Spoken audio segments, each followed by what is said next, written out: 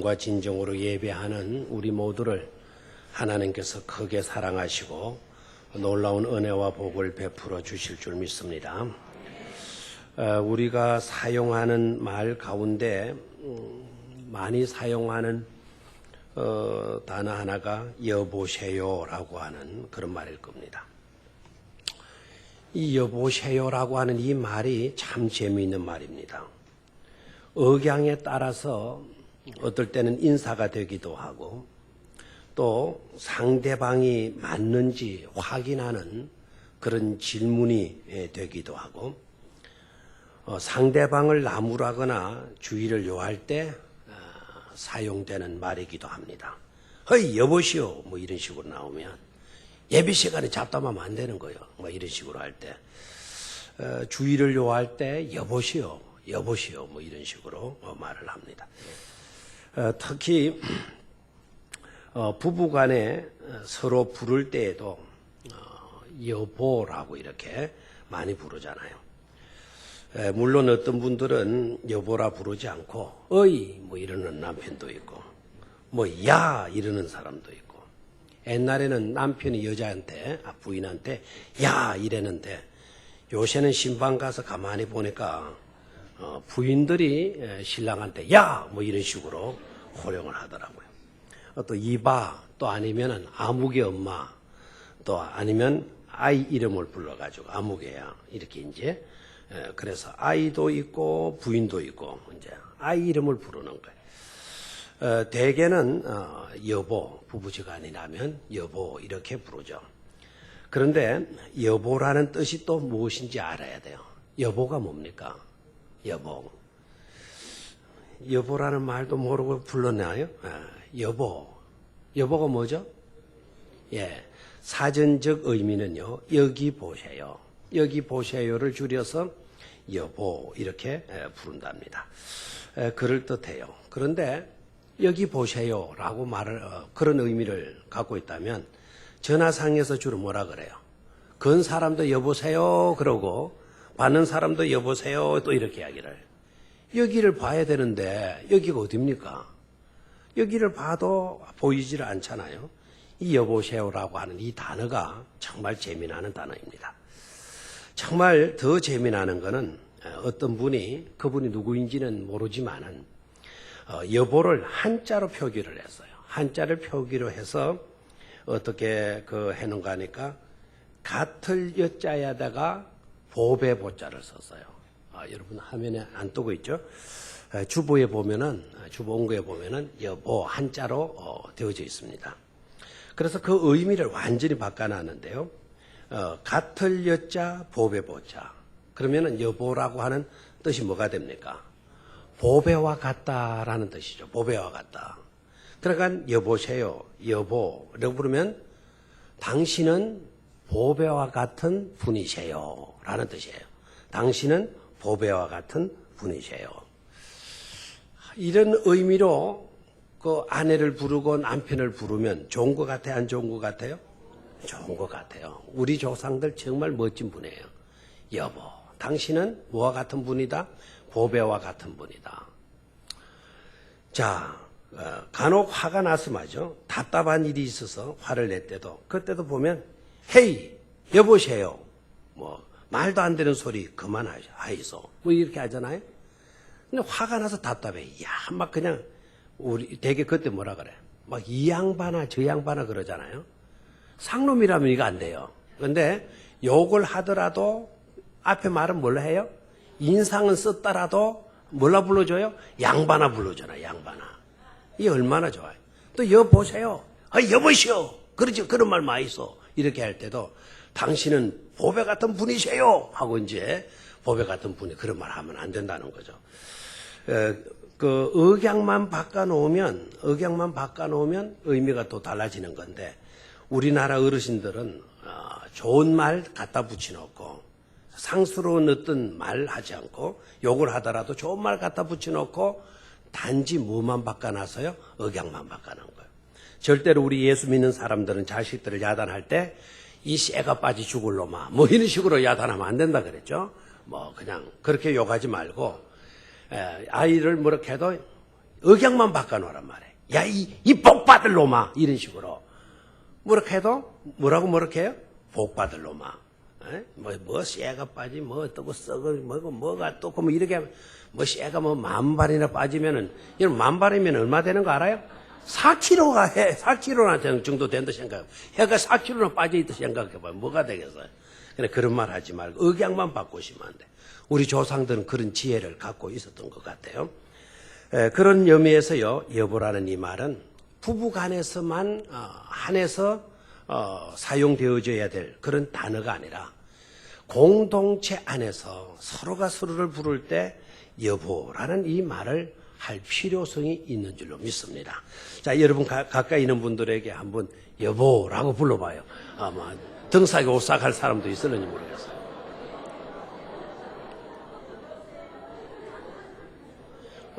안 하고 끝내 안 하고 계시는 분이 있어요. 끝내. 네가 뭔데 내 여보고 이런 사람도 있을 거고 말이죠. 여보. 여보의 뜻이 뭐라 그랬어요? 보석과 같은 이라는 뜻이에요. 당신은 보석과 같은 사람이다. 얼마나 귀해요. 그런 의미에서 여보 괜찮죠, 그죠? 같을 여자 법에 보자. 다시 한번 여보, 당신은 보석 같은 분이세요. 다 같이 시작.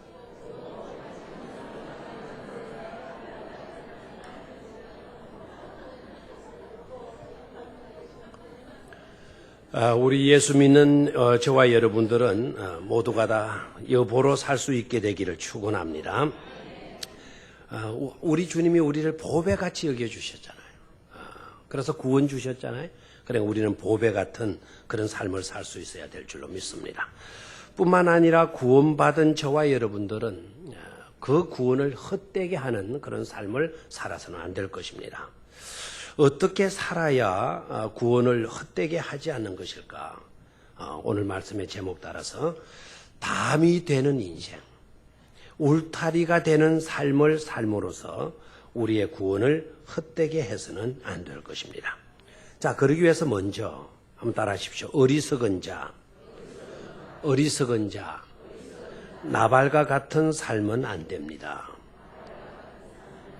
다시 한번 어리석은 자, 나발과 같은 삶은 안 됩니다. 큰 소리로 시작. 나발이 어떤 사람인가?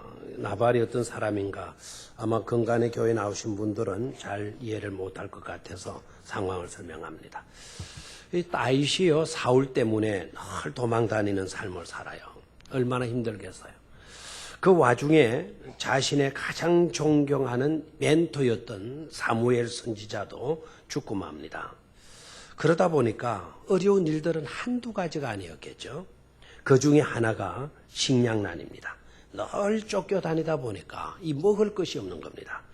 그래서 다윗은 자기가 지금까지 너무나도 잘 대해주었던 나발이라고 하는 사람이 있어요. 그 나발에게 사람을 보내서 양식을 구해 오도록 이렇게 했습니다. 그랬더니 그 나발이가 말이죠, 다윗을 알고 다윗이 보낸 젊은이들에게 양식을 이렇게 나누어 주면서 어떻게 하든 힘내라고, 용기 잃지 말라고 이렇게 말해주면 좋았을 건데, 나발이가 다윗은 누구며 이새의 아들은 누구냐, 어디서 왔다가 어디로 떠나가 버리를 모르는 그런 떠내기를 내가 뭐 때문에 떡을 주고 빵을 주겠느냐. 내 집안에서 일하는 사람들이라면 모르겠는데 어디서 와서 어디로 가는지 모르는 그런 떠내기에게 내가 어떻게 빵을 주고 치즈를 주고 우유를 줄 수가 있겠느냐. 완전히 안면을 몰수해 버렸습니다. 이런 지하에 다윗의 요청을 거절해 버린 것입니다. 그러다 보니까 다윗이 화가 난 거예요. 세상에 이럴 수가 있나. 아무리 세상이 삭막하기로소니 이렇게 자신을 몰라볼 수가 있냐. 그래서 다윗이 분노를 하고 자기를 따르던 400명 군사를 대동해서 나발을 완전히 짓밟아 버리려고, 완전히 그 집안을 막 그냥 붕괴시켜 버리려고 이렇게 마음을 먹었습니다.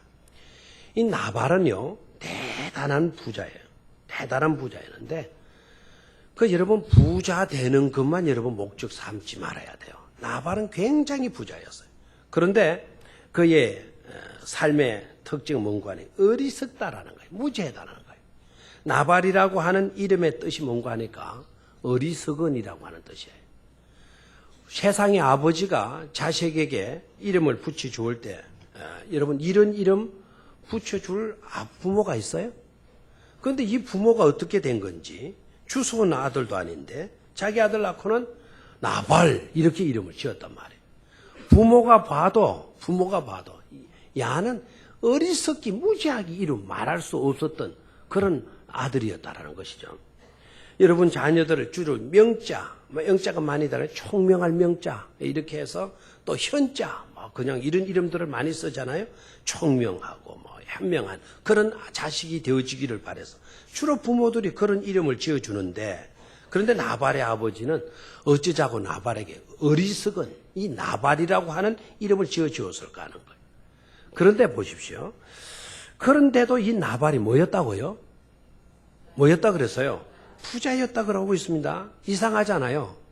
그래서 저는 생각해 봤어요. 부자 되는 것하고 어리석은 것하고는 별 상관이 없는 모양이다. 어리석어도 뭐는 될 수가 있어요? 부자 될 수가 있어요. 꼭 부자는 지혜롭고 똑똑한 사람이 부자 되는 것이 아니구나 하는 생각도 들었습니다. 자, 나발은 그러면 어떤 점에 무지했느냐? 어떤 점에 무지했느냐? 첫째는 은혜에 대해서 무지했다 이거예요. 지금까지 자기들을 지켜주고 돌보아준 분에 대한 은혜에 대해서 까마득하게 잊어버리고 있는 겁니다. 잊어버리다 보니까 고마움을 가질 수가 없는 것이죠. 대개 은혜에 대해서 무지한 사람을 보면은요, 고집이 세요. 고집이. 그리고 행사가 악한 것으로 드러납니다. 이유가 뭘까요? 그 마음이 이미 교만해 있기 때문에 그래요. 은혜를 받아도 고마운 마음을 갖지 못하는 것은 좋은 것이 주어졌어도 나는 당연히 이와 같은 것을 받을 자격이 있는 사람이야. 이렇게 생각하니까 대가를 받는 거죠. 대가를 받으니까 고마움을 가질 수가 없는 것 아닙니까? 은혜에 대해서 무지한 사람은 고집이 세고 행사가 악한데 그건 교만 때문이다. 이 나발이 바로 그런 자였다는 것이죠. 또한 양털을 깎는 좋은 날이었는데 다윗이 이때를 놓치지 않아요. 그냥 다윗도 무조건 사람을 보내가지고 막무가내로 먹을 것 좀 달라고 그래라 이렇게 말하지 않습니다. 양털 깎는 좋은 날이 되어진 것을 알고 그제서 자기 젊은이들을 보내가지고는 양식을 좀 구해오라고 부탁을 하는 거죠. 여러분 쌀독에서 뭐가 난다 그래요? 쌀독에서 인신 난다 그러잖아요. 그러니까 다윗이 쌀독에서 인신 나는 걸 알고 좋은 날, 양털 깎는 날이면 잔치날이거든요. 축제날이거든요. 그래서 이 날을 선택해서 사람을 보내서 양식을 얻게 한 겁니다. 그런데 이 나발은 좋은 날에 좋은 것들을 자기들만을 위해 사용하려고 했고 이웃과는 나누지 않으려고 했습니다. 이것이 바로 나발의 무지였다 하는 것이죠. 대개 사람들은 움켜쥐고 꼬물쳐서 자기만을 위해서 사용하는 것을 지혜롭고 똑똑한 것으로 여깁니다. 좋은 것이 있으면 그걸 잘 꼬물쳐 두었다가 자기만이 가지고 자기만이 누리려고 하는 그런 것을 잘하는 것으로 지혜롭고 똑똑한 것으로 그렇게 말을 합니다. 그리고 여깁니다. 근데 실제적으로 우리가 그렇게 살아가고 있습니다. 근데 성경은 그렇게 가르치질 않죠. 성경은 어리석어서 그런 짓을 한다라고 이야기를 해요. 오히려 성경은 좋은 것이 있으면 이웃과 나눌 수 있도록 하라. 이웃과 나눌 때 오히려 더 풍요롭게 되어지는 것이라고 성경은 우리에게 가르치고 있습니다. 좋은 것들을 자기 혼자서 움켜쥐고 있으면 나중에 오히려 위험한 일이 닥치게 된다는 거예요. 좋은 것을 가지고 있다라는 것을 누군가 알게 되게 되면 가만히 있지 않는다는 거예요. 그것을 빼앗으려고 어떨 때는 칼을 들고 들어오고 어떨 때는 총을 들고 들어온다는 거예요. 그래서 나중에 그 좋은 것 때문에 위험을 맞게 되고 좋은 것도 빼앗기게 되고 심지어 생명도 위협을 당하게 되는 그런 일이 찾아오게 된다고 성경은 말씀을 하고 있습니다. 여러분, 우리나라 사람들이 외국에 가면요, 잘 살까요, 못 살까요? 잘 산다 그래요. 정말 외국에 가서 성공한 사람들 굉장히 많이 있습니다. 우리 한국 사람이 대단한 민족이라고 하는 그런 인정을 요사이 받고 있어요. 이스라엘, 옛날에는 유대 민족이 대단한 민족이다, 그렇게 이제 소문이 났었는데, 근간에는 그 민족도 대단한 민족이지만 그 민족보다도 더 뛰어난 민족이 있다. 그 민족이 바로 누구라 그래요? 대한민국 사람이라 그래요. 그러니까 외국에 나와 가지고 거지가 없는 민족이 있는데, 하나는 유대 민족이고 우리 한국 사람들이요, 외국에 나가서 거지 없답니다. 다 돈 벌고 잘 산대요. 슈퍼마켓 해도 새벽 4시에 문 여는 데는 우리 한국 슈퍼마켓밖에 없고, 새벽 1시에 문 닫는 데도 우리 한국 슈퍼마켓밖에 없다. 외국 사람들은 5시 딱 되면 문 닫아버리고 아침 9시나 10시나 되면 문 준대요. 근데 우리나라 사람들은 새벽 너 꼭두 새벽 4시에 문 열고 새벽 1시에 문 닫고, 그래서 돈을 움켜쥐는 거예요. 그런데 우리가 좀 새겨들어야 할 거는, 그렇게 악착같이 돈을 벌어가지고 우리 한국 사람들은 대개 꼬물쳐 놓는다는 거예요. 은행에도 안 갖다 꼽는데요. 이자 떼인다고. 그래서 은행에 안 맡기고 방바닥 밑에, 장판 밑에 있는데 많이 까무쳐 놓는데요. 베풀지를 않고, 벌면은 좀 자선 사업에도 이런 데도 좀 베풀고 그러면 좋은데 절대로 안 그런데요. 다 훔겨지고. 그리고 물어보면 이 돈을 내가 어떻게 벌었는데, 사실 어떻게 벌은 거예요? 새벽 4시에 일어나서 밤 1시에, 새벽 1시에 문을 닫고 그런 식으로 돈을 벌었잖아요. 어떻게 벌은 건데 이걸 내가 펑펑 내놓겠냐 이거예요. 안 내놓는다는 거죠. 그래서 이 소문이 점점 퍼져나가는 거예요. 한국 사람들 집에는 뭐가 있다? 현금이 있다. 현금이 있다. 그래서 한국 사람들을 집을 찾아서 침투하게 되면 틀림없이 자기네들이 수익을 올린다는 거예요. 그래서 어떻게 합니까? 총 가지고 한국 사람 침투하고, 한국 사람이 경영하는 슈퍼마켓 가가지고는 주인을 싸 죽이고 돈을 뺏어가고 그러지 않아요? 좀 베풀고 살았다면, 돈 많이 벌어가지고 좋은 일에도 많이 베풀고 살았다면 더 인정받고 더 칭찬 듣고 더 사랑받고 존경받는 그런 민족이 되어졌을 건데, 그것을 못한다라는 거예요. 우리 때, 조상 때부터 이건 잘못한 겁니다. 좋은 것이 있으면 어떻게 하든지 네 혼자 꼬물쳐 놨다가 네 혼자 먹어야 된다, 뭐 이런 식으로 가르쳤잖아요. 여러분, 그래요 안 그래요? 맛있는 거 있으면 친구한테 나눠 먹어라 이래야지. 친구한테 보이지 마 임마, 네 방에 가서 임마 다 가서 혼자 먹어 임마, 막 이런 식으로 해야 어머니가 자기 새끼를 사랑하는 것으로 생각한단 말이에요. 그런 좋은 일이 아니라는 것이죠. 여러분, 경상북도에 가면 하회마을 알죠? 하회마을죠? 안동에 가면 이 하회마을, 이 대단한 마을입니다. 우리 한국 사람들은 이 동네를 별로 또 대단한 마을로 안 여기는데, 외국에서요, 국빈들이 오면 꼭 어느 마을을 찾아가는 줄 알아요? 뭐 울산에 와서 무슨 돌아온다, 뭐 부산에 와서 이런 데 안 갑니다. 서울에 가서 어디든 안 갑니다. 세계적인 내노라 하는 그런 유명 관광 명소를 가는 게 아니라 대개 어디로 가느냐면 꼭 안동을 들려요. 안동이 대단한 도시입니다. 뭐 대단한 도시라서 뭐 건물이 대단하고 그런 게 아닙니다. 안동에 뭐가 있어요? 하회마을이는. 이 하회마을을 방문하고, 옛날에 영국의 왕이었던 누굽니까? 엘리자베스 여왕도 와가지고는 어디로 갔어요? 하회마을 방문했어요. 하회마을. 부시 대통령, 미국의 부시 대통령도 와가지고는, 얼마 전에 와가지고는 또 어디 들린 줄 알아요? 하회마을 갔다 왔어요. 하회마을.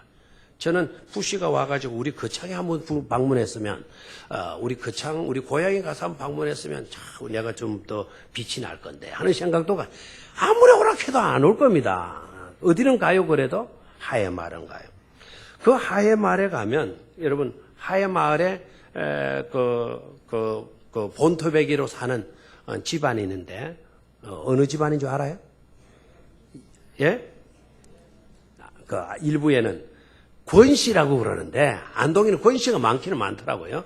권씨가 아니고 유씨 집안에 살고 있어요. 유씨 집안. 그렇다고 우리 육아는 아닙니다. 또 우리 육아는 우리 유씨 집안에 살고 있는데, 그 왜 탤런트 중에 유시원인가 있죠, 그죠? 걔 잘 생겼잖아요. 걔 조상들이 거기에 살고 있는 거예요. 그리고 유시원이가 아마 조상들 득도 꽤나 보고 있을 거예요. 그 마을에 가장 큰 집은 북촌댁이라고, 북촌댁. 이 집이 1800평 되는 토지에 72칸, 우리 초가 상간 집을 짓고 하잖아요. 상간이 아니고 이 집에는 얼마라고요? 72칸, 72칸의 집을 갖고 있어요.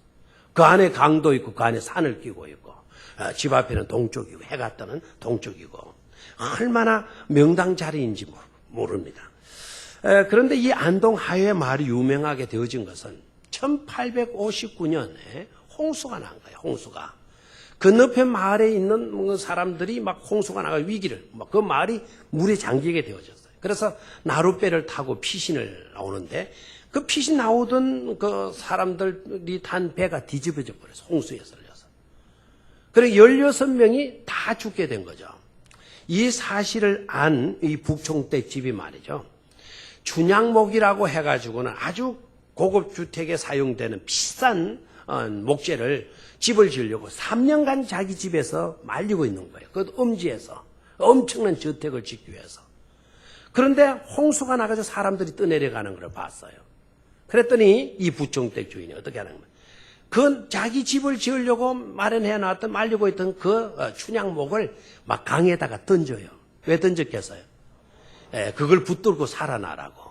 그때는 전기도 안 들어올 때 아닙니까? 그러니까 그 던지고 막 강에다가 던지냐고 남은 나무는 기름을 부어가지고 거기다 불을 질렀어요. 왜 불을 질렀겠어요? 밤이 되어지니까 그 뗏목이 안 보일 거 아닙니까? 그렇죠? 그러니까 그걸 보고 붙들고 살아나라고. 그래서 자기 집을 지으려고 고이고이 그 비싼 목재를 준비한 거를 거기에 불 지르고 또 그 강에다가 던져놓고 놀라운 거는 16사람이 강물에 떨어져 휩쓸려 떠내려 가다가 그 뗏목을 붙들고 그 목재 나무를 붙들고 16명 모두가 살아났다는 거예요. 그러니까 뭐 얼마나 이 집이 사랑받겠어요. 그리고 재산도 굉장히 많은 집안이었기 때문에 논도 밭도 엄청나게 가지고 있다. 그래서 소작을 주는 거예요. 가난한 사람에게. 대개 그때 당시는 땅을 주면은 60%는 주인에게 바치고 40%는 가난한 사람들이 자기가 먹는 거예요. 그런데 이 집안은 그렇게 하지 않고 반반으로 농사를 네가 열심히 지었으니까 내가 나한테 반을 주고 반은 네가 먹어라. 그럼 남들보다 10%를 적게 받으니까 그 사람들이 좋아하겠어 안 좋아하겠어요? 그럼 또 가난한 사람이 있으면 80%를 네가 가지라. 그리고 나한테는 얼마만 달라? 20%를 달라. 그러니까 좋은 일을 엄청나게 한 거예요. 엄청나게. 그러다가 동학혁명이 일어났어요. 동학혁명이 일어났을 때 동학군들이요 부자이 된 한을 갖고 있었거든요. 그러니까 이 부자들을 모조리 잡아가지고 그들을 침투하고 그들을 죽여버리고 그들의 것을 빼앗는 그와 같은 난리를 했어요. 그게 동학혁명이에요. 그 동학군들이 안동 하회마을 들어가고 이 부총대까지 갔어요. 부총대도 부자라 그래서 안 부자라 그래요. 엄청난 부자잖아요.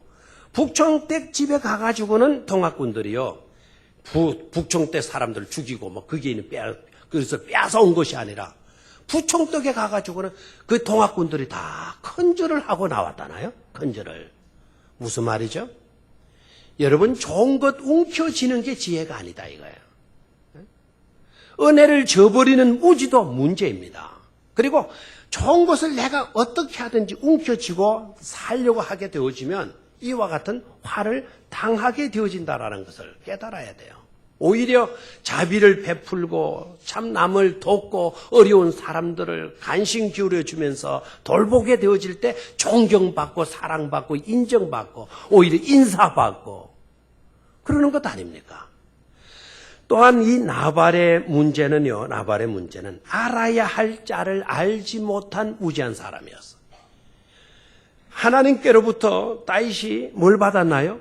기름 부음 받은 종이에요. 나발은 그걸 모르고 있는 거예요. 하나님께로부터 기름 부은 종이다. 그러면 귀히 여겨줄 수 있어야 되는데 나발은 세상적인 것에 치우쳐 있었기 때문에 기름 부음에 대한 중요성을 알 수가 없는 거예요. 그에게 중요한 것은 물질이에요. 오로지 물질. 그에게 중요한 것은 술 마시고 노는 거예요. 잔치하는 그런 것밖에 몰라요. 영적인 것에 대해서는 하나도 귀한 것으로 여기지를 못하고 있는 겁니다. 이게 문제예요. 여러분, 다윗이 하나님께로부터 기름 부음을 받았는데 그 기름 부음을 받았다는 의미는 바로 뭡니까? 앞으로 이스라엘에 뭐가 될 것입니까? 왕이 될 것 아닙니까? 이제 조만간 사울이 끝났습니다. 이미 끝나버렸어요. 사울이 끝나버리면 이제 누가 왕이 되는 겁니까? 다윗이 왕이 되는 것 아닙니까? 다윗이 왕이 될 사람인데 그걸 알았다면 어떻게 문전박대할 수가 있냐 이거예요. 어떻게 안면몰수할 수 있느냐 이거예요. 지금까지 그토록 다윗이 자기 집안을 위해서 자기를 그토록 아껴주고 돌보아 주었는데도 불구하고 어떻게 이렇게 안면몰수할 수가 있느냐 이거예요. 그래서 나발은 그야말로 나발입니다. 여러분은 나발되지 마세요. 또 나발이 또 나발 불고 다니시면 안 돼요. 무지한 사람이 되어져서는 안 돼요. 너무나도 무지한 거예요. 여기서 깨달을 수가 있는 것이 뭡니까? 무조건 부자 이러면 바라지 마세요. 부자가 되는 것보다 먼저 지혜가 있어야 될 줄로 믿습니다. 무엇에 대한 지혜일까요? 은혜를 아는 지혜. 좋은 것을 나만이 가지는 것이 아니라 나누는 것이 더 현명한 일이다 라는 것을 아는 지혜. 알아야 될 자를 알 수 있는 그런 지혜의 사람이 되는 것이 중요하다라는 것을 깨닫기를 축원합니다. 자, 두 번째로 구원을 헛되지 않게 하기 위하여 또 담이 되는 인생을 살기 위하여 따라 하십시오. 평화를 위하는 아름다운 전령으로 살아야 합니다. 시작. 평화를 위하는 아름다운 뭐로 살아야 합니다? 전령으로 살아야 합니다. 마치 구약의 말씀에 나온 누구처럼? 소년 노예처럼 아비가일처럼 우리가 평화를 위하는 전령으로 살아야 한다는 것입니다. 나아만 장군 여러분 아시죠? 아람의 군대 장관 누구? 나아만 장군. 여러분 아시죠? 네, 나아만 장군. 위대한 장군입니다. 유명한 장군이고요. 힘 있는 장군입니다. 그런데 그가 문둥병에 걸렸죠. 문둥병에 걸려서 고칠 수가 없는 겁니다. 자, 탁월한 권세, 탁월한 명예 있어도 소용이 있어요, 없어요? 높은 쥐기에 올라앉아서도 문둥병 걸리면 다 무너지고 마는 겁니다. 그래 어떻게 했어요, 그 마음이? 그런데 그 집에 유대 나라를 침범하고 거기에서 예쁜 꼬마 아이를 포로로 끌고 왔어요. 왜 끌고 왔는가 하니까 자기 부인의 심부름권 하기 위해서 꼬마 아이 하나 끌고 왔어요. 그러니까 이 아이는 포로로 끌려가서 노예예요. 이 노예인데 나만 장군에게 있어서 바로 그 꼬마 아이가 그 집안의 평화의 전령이 되어졌다는 사실이에요. 그러니까 고민에 빠져 있을 때 그때 이 꼬마 계집 아이가 하는 말이 무슨 말이죠? 만약에 우리 주인께서 내 조국에 있다면 우리 주인이 나을 수 있을 것인데 라는 말을 해요. 그런데 이것은 쥐가 번쩍 떠일 말 아닙니까? 그러니까 나만 장군의 부인이 그 소리 듣고 너 방금 뭐라 그랬느냐? 여주인님, 만약에 주인님께서 우리 고향에 선지자를 만나게 되어진다면 우리 주인님이 나을 수가 있습니다 라는 말을 한 거예요. 그러면 나만 장군의 부인님 어떻게 반응할까요? 막 이 아이를 그게 정말이냐 무슨 말이냐 잘 구체적으로 설명을 해보라고. 이 아이가 설명을 해 주었겠죠. 남편에게 달려가서 여보 당신이 살 수 있는 길이 있답니다. 우리 집에 끌고 온 그 꼬마 계집 아이가 그러는데 자기 나라에는 유명한 선지자가 있대요. 그 선지자 찾아가서 만나면 당신이 나을 수가 있대요. 한번 가보라고. 지금 이 급한 상황인데 가지 않겠어요? 나만 장군이 가서 고침을 받아야 안 받아요? 받고 들어오죠, 그죠? 그러니까 이 나만 장군의 집에 있어서는 이 꼬마 아이, 이 계집 아이가, 이름도 모르는 이 계집 아이가 그 집안에 평화를 안겨다 준 전령이 되어졌다는 사실입니다. 자, 오늘 본문은 어떻습니까? 오늘 본문에 등장하는 인물, 나발의 노예 소년입니다. 나만 장군의 집에서는 노예 소녀였고 이 나발의 집에 평화의 전령이 되어진 사람은 누구였어요? 나발의 노예 소년이어서 이 소년의 이름도 우리가 알 수가 없는 겁니다. 이 노예 소년이요, 아비가일에게 찾아와요. 아비가일은 누군가 하니까 나발의 부인입니다. 나발은 어리석고 무지한 사람이지만 아비가일은 굉장히 지혜로운 여성입니다. 그러니까 이 노예가, 이 소년 노예가 지혜로운 아비가일에게 달려와 가지고는 이렇게 보고를 하는 겁니다. 큰일 났습니다. 왜 그런가? 주인님께서 무지해서 너무너무 악한 불의한 사람이라서 잘 대주어야 할 다윗에게 문전박대해버렸고 모욕해버렸습니다. 그 일 때문에 다윗이 화가 나서 400명을 데리고 지금 우리 집안으로 쳐들어오고 있습니다. 그러면서 이 소년이 딱 말을 해. 당신은 주인 같지 않냐. 당신은 지혜로운 여자이기 때문에 어떻게 해야 할 줄을 알 수 있을 것으로 내가 판단했기 때문에 내가 달려와서 당신에게 지금 이렇게 보고를 하는 것입니다. 이야기를 해요. 그랬더니 아비가일이 그 소리를 딱 듣고 즉각 행동하잖아요. 어떻게 행동합니까? 음식을 준비해요. 송아지를 잡고 염소를 잡고 음식을 많이 준비를 해가지고는 어디로 가지고 가요? 다윗에게로 가지고 가요. 다윗을 만났을 때 다윗에게 앞에 무릎을 꿇고 엎드려서 용서를 구해요. 주인이여, 나를 용서해 주소서. 이 여자는 아비가일은 다윗을 주라고 불러요. 주여, 용서해 주소서. 내 남편은 너무나도 악하고 불의한 그와 같은 사람입니다. 무지한 사람입니다. 무지해서 그랬으니 그가 잘못했던 모든 잘못을 제게로 돌려주십시오. 제게 돌리십시오. 책임은 제게 돌리십시오. 그리고 저 불의한 사람을 죽이려고 하시는데 그러시지 마시라고. 내 남편은 이미 불의한 일로 인하여서 하나님께서 심판하실 것입니다. 하나님이 심판하실 것인데 만약에 주께서 다윗 당신께서 이렇게 내 남편을 죽이게 되면 당신은 피를 흘린 사람이 되고 말 것입니다. 그러니 피 흘리지 마시고 하나님의 심판에 맡겨버리십시오. 이렇게 설득을 해요. 지혜로워요? 안 지혜로워요? 지혜롭죠. 다윗이 아비가일의 이야기를 다 듣고 나더니 마음에 감동을 받는 거예요. 세상에 이렇게 지혜로운 사람이 어디 있냐. 네 말이 맞다. 네 말이 맞다. 네가 오늘 나로 하여금 피 흘리는 죄를 짓지 않도록 네가 그 죄를 막게 해 주었으니 너무나도 내가 기뻐하고 감사한다고. 그래서 아비가일 집을, 나발의 집을 다윗이 공격해요, 안 해요? 공격하지 않아요. 아비가일이 갖다 준 음식을 먹고 지내게 되지 않습니까? 일이 있고 난 뒤에 나발은요, 그래도 정신을 못 차리는 거예요. 그래도 정신을 못 차리고는 노상 술 촬영하다가 그만 간암에 죽었는지 술에 그냥 혈압이 높아져 죽었는지 깨곡하고 죽고 말았단 말이에요. 네? 자, 뭘 깨달을 수가 있습니까? 평화의 전령은 항상 은혜를 알더라 이거예요. 은혜를 저버리지 않더라 이겁니다. 그리고 좋은 말을 함으로써 위기를 막아내고 또 죄짓는 것을 막아주는 역할을 하게 되어지더라 하는 것입니다. 그리고 평화의 전령들의 모습은 너무나도 귀하고 너무나도 복되고 너무나도 아름다운 것임을 발견할 수가 있습니다. 여러분, 오늘 읽었던 복음서의 말씀 마태복음 9장 35절로 38절 말씀 보니까 주님은 무리를 보시고 불쌍히 여기는 마음을 가지시면서 이렇게 말씀하시죠. 그들이 목자 없는 양과 같이 고생하며 기진해 있다. 그러니 제자들에게 너희들은 추수할 일꾼을 보내달라고. 추수할 일꾼이 적으니까 주인에게 이르기를 추수한 일꾼들을 보내달라고 그렇게 하라고 명령을 했습니다. 이 말은 무슨 말일까요? 추수할 일꾼을 보내달라고 주인에게 이렇게 간청하라고 한 이 말씀이 무슨 말일까요?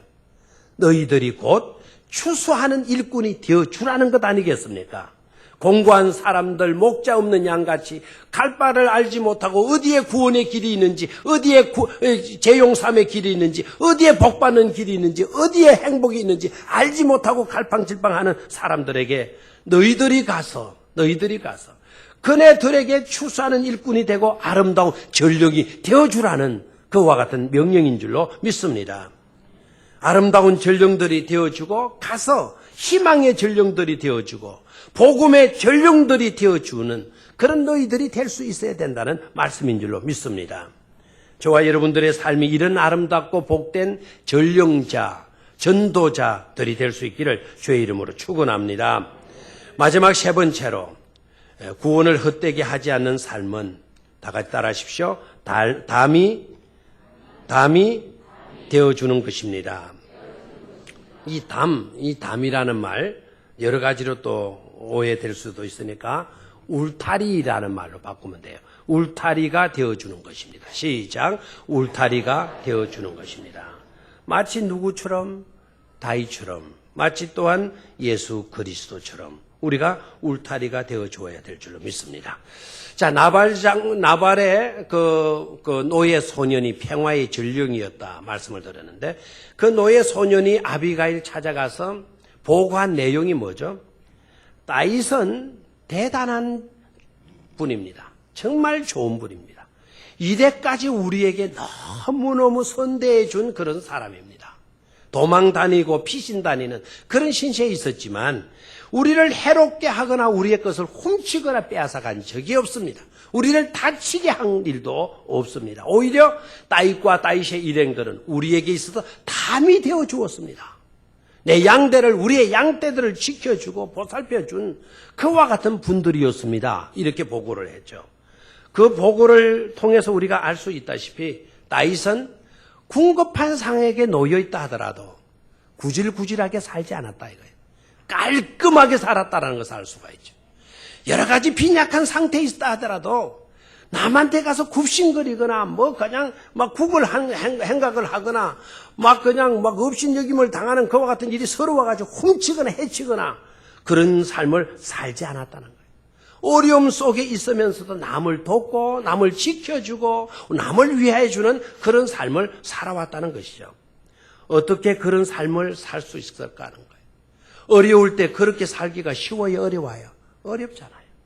배고플 때 남을 신경 쓸 여유가 있어요, 없어요? 없잖아요. 그런데도 불구하고 다윗은 그렇게 살지 않았다 이거예요. 왜 그러냐? 하나님을 향한 경건한 믿음이 있었기 때문인 줄로 믿습니다. 오늘 읽은 서신서의 말씀 속에 등장하는 인물들이 어떤 인물들입니까? 하나같이 바울에게 뿐만 아니라 더 나아가서 복음 사역을 위하는 일에 이네들은 보호자가 되어 주었다 그랬어요.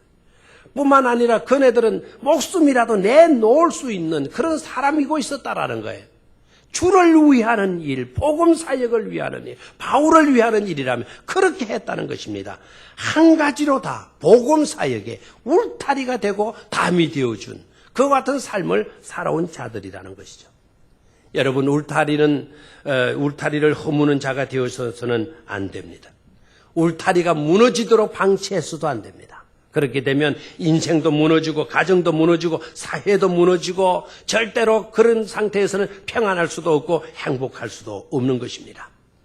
저와 여러분들은 구원받은 자들이기 때문에 누군가에게 울타리가 되어 주어야 할 줄로 믿습니다. 그 일이 아름답고 귀한 거예요. 우리 주님의 삶이 우리들을 위한 울타리 아닙니까? 모든 환난을 명쾌해 주시는 그와 같은 은혜를 우리에게 베풀어 주시고 계시지 않습니까? 주님을 본받는 삶이라면 저와 여러분들이 울타리가 되고 담이 되어 주어야만 될 줄로 믿습니다. 지난주 우리는 그와 같은 한 인물을 통해서 감동을 받았습니다. 지난주 위암으로 죽은 장진영 배우 아시죠? 장례도 마쳤는데 위암으로 죽은 장진영 씨에게 있어서 그의 남편 김영준 씨라고 되어 있대요. 김영준 씨는 장진영의 울타리가 되어준 여인이라 이렇게 봅니다. 위암 투병 중이던 영화배우 장진영 씨가 말이죠. 6월 14일 날 서울 강남의 한 카페에서 자기 생일이었던 모양이에요. 생일 파티에서 그간에 사귀어 오던 남자친구 김영준 씨로부터 결혼 청혼을 받은 거예요. 나 당신 사랑합니다. 당신의 영원한 배필이 되고 싶습니다. 제 청을 받아달라고 프로포즈를 했다는 거예요. 그랬더니 장진영 씨가 대답을 못하고 막 주저하고 멈칫거리는 거예요. 그 내용을 알고 있던 친구들의 눈에는 눈물이 고이고 있었다는 거예요. 진영이가 김영균 씨를 크게 사랑하면서도 선뜻 그래요, 결혼해요 이렇게 말하지 못할 사정을 친구들이 알고 있었다는 거죠. 이미 암이 다 퍼져 있는 상태였으니까. 친구들의 눈에 눈물이 고이고 있었다는데 회복할 수 없는 단계에 있는 걸 알고 말이죠.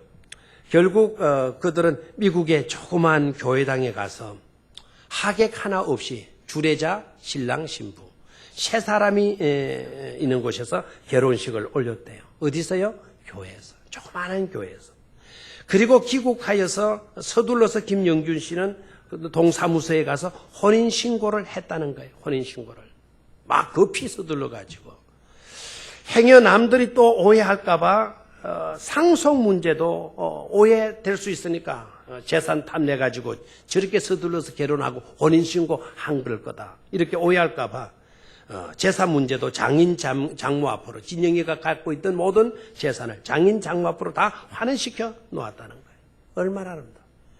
그리고 측근들이 청혼한 이유를 묻고 또 그렇게 서둘러서 혼인신고한 이유가 뭐냐라고 물었을 때 그럴 때 김영균 씨가 하는 말은 내가 곧 그녀이고 그녀가 곧 나이기에 아프고 힘든 길을 홀로 보내기 너무 가슴 아팠다. 마지막 가는 길에 힘이 되고 싶었고 꿈속에서나마 평생 지기로 남고 싶었다. 이렇게 답변을 했습니다. 결국 장진영 씨는 8월 30일 일요일 날 오후 4시경에 눈을 감았습니다. 그녀가 마지막 남긴 말, 그녀가 마지막 요원으로 남긴 말, 끝까지 사랑해줘서 고맙다. 김영균 씨의 손을 꼭 잡고 끝까지 사랑해줘서 고맙다. 그의 눈에는 눈물이 주르르 흘러 있었고 그리고 계속해서 오래 함께하지 못해 미안하다 였다고 합니다. 끝까지 사랑해줘서 고맙다. 이 말 암으로 고통 속에 죽어가면서 그 입에서 이 말이 내뱉어졌다라는 거예요. 여러분 말기 암 환자들의 특징을 아십니까? 그 진통, 고통이 너무너무 정신이 왔다 갔다 하는 겁니다. 고통 때문에. 그런 와중에서 끝까지 사랑해줘서 고맙다. 오래 함께하지 못해서 미안하다. 이 말 그렇게 쉽게 할 수 있는 말은 아니죠. 이 말 속에서 우리가 느끼실 수 있는 것은 뭡니까? 끝까지 함께해줘서 사랑해줘서 고맙다. 영균 씨 당신은 끝까지 내 울타리가 되어주었다라는 거예요. 내 담이 되어주었다는 그런 고백 아니겠어요? 저는 전 국회 부의장을 지낸 김봉호 의원의 아들이 영균 씨라 그러는데 그 영균 씨가 그렇게 멋져 보일 수가 없어요. 그리고 장진영 양도 비록 일찍 이 세상을 떠났지만은 결코 불행하지 않는 삶을 살다가 갔다는 그런 생각이 들었습니다. 여러분, 마귀는 언제나 찾아와서 우리의 울타리를 허물고 들어오려고 합니다. 그럴 때일수록 저와 여러분들은 주님 의지해서 주님으로 말미암아 우리들의 울타리를 꼭꼭 지키고 울타리를 지켜나가는 그런 믿음의 삶을 살아야 될 줄로 믿습니다. 뿐만 아니라 연약한 사람, 힘없고 참말 형편없는 그런 사람들 내몰라 하지 말고 오히려 그들에게 따뜻한 가슴으로 울타리가 되어준다면 그런 모습이 정말 복되고도 아름다운 모습이 되어질 줄로 믿습니다. 주 안에 있는 나에게 땅 근심이 있어라. 주 안에 있는 나에게 땅 근심이. 그 찬송 알죠, 그죠? 주님 안에 있을 때 우리는 땅 근심이 있을 수가 없어요. 주님은 우리의 울타리가 되시고 그것도 영원토록 울타리가 되어 주시기 때문인 줄 믿습니다. 주 안에 있는 나에게 땅 근심이 있어라. 있어요, 없어요? 없죠? 그러면 제가 주 안에 있는 자에게 땅 근심이 있으랴 하고 하면 여러분은 없지 이러는 거예요. 자, 주 안에 있는 자에게 땅 근심 있으랴. 잘하시네요. 그래도 약간 이상한 모습으로 하는 것 같아요. 다시 한번 주 안에 있는 나에게 딴 근심 있으랴.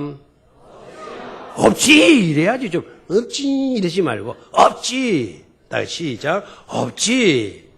네. 십자가 밑에 나가 내 짐을 풀었네. 네, 아멘. 좋습니다. 그래 맞아 그래야지 이러는 겁니다. 그래 맞아 그래야지. 자, 십자가 밑에 나가 내 짐을 풀었네.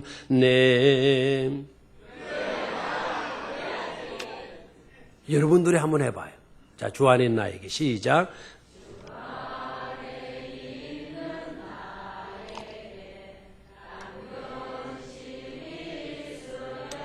없지. 계속.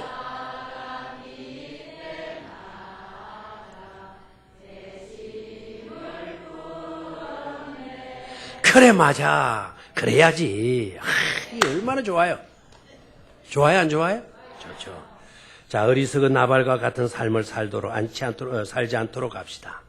모든 사람을 귀하게 여기고 정말 보배같이 여겨서 여보라고 부르며 살아갑시다. 소년 노예와 아비가일과 같이 우리도 평화를 위하고 사랑을 전하고 복음을 전하는 복음의 전령자들이 됩시다. 그리고 따위처럼 우리 주님처럼 너희에게 교회의 복음 사역을 위해 담이 되고 울타리가 되어 줍시다. 베베처럼 브리슬길라와 아굴라처럼 말입니다. 그렇게 될 수 있기를 주의 이름으로 축원합니다. 하나님 아버지, 우리로 하여금 정말 담이 되는 인생, 울타리가 되는 인생을 살 수 있게 하여 주시옵소서.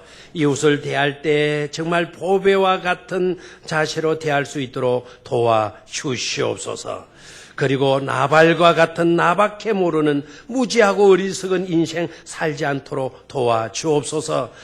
소년 노예처럼 평화의 전령자 되고 화를 막고 죄를 짓는 것을 막아주는 아비가일과 같은 지혜로운 이 삶을 살 수 있게 하여 주시옵소서.